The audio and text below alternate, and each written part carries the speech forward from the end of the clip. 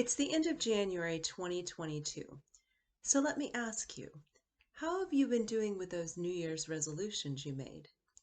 Consistently, year after year, the number one resolution that is made by people is to be healthier, whether that means dieting, exercise, making healthier choices, or all of the above. But let me ask you a question. Have you ever made a New Year's resolution to improve the health of your relationships? Or do you even know anyone who's made such a resolution? When we're sick, we go to a doctor and we assume that hopefully, because of that doctor's knowledge and experience and training, he or she will be able to help us determine what is wrong and how to fix it. Well, I am the communication doc, and I didn't just give myself that name. I actually have a PhD in communication, and I've been teaching communication courses for over 25 years. My specific area of emphasis is in interpersonal communication, which is all about communicating in one-on-one relationships. When we're physically sick, we intuitively know that we're sick. We might have very obvious symptoms like a fever, or you might know that something is not quite right. When we have sickness in our relationships, we often also intuitively know that something is not right. The number one reason why people give for going to counseling or for marriages ending is poor communication or a lack of communication. So we understand that we can have problems in relationships, and we often understand that by knowing that our relationships are not as satisfying as they should be. Sometimes relationships can get very sick.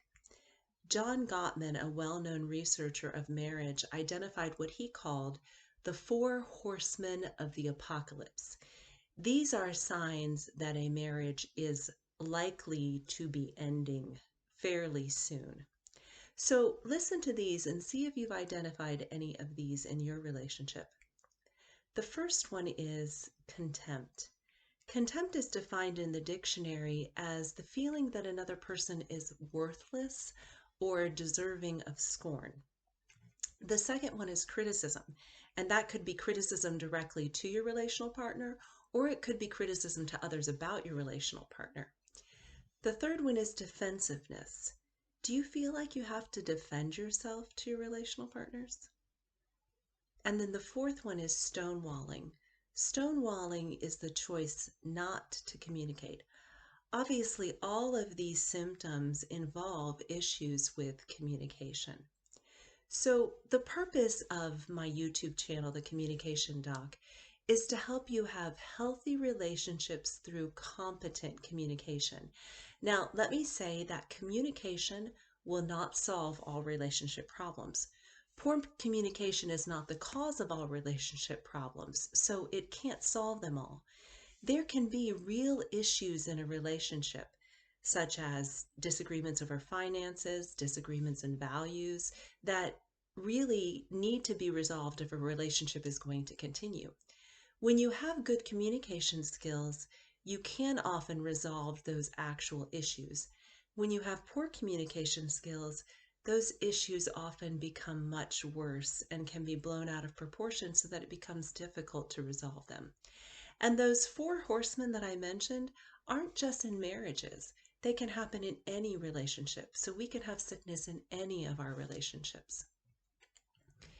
If this is something that interests you and you think you'd like to help make your relationships healthier, then hit that subscribe button down below my video, share the link with friends that you think would benefit from this, and feel free to comment with ideas or suggestions of things you'd like to have me talk about.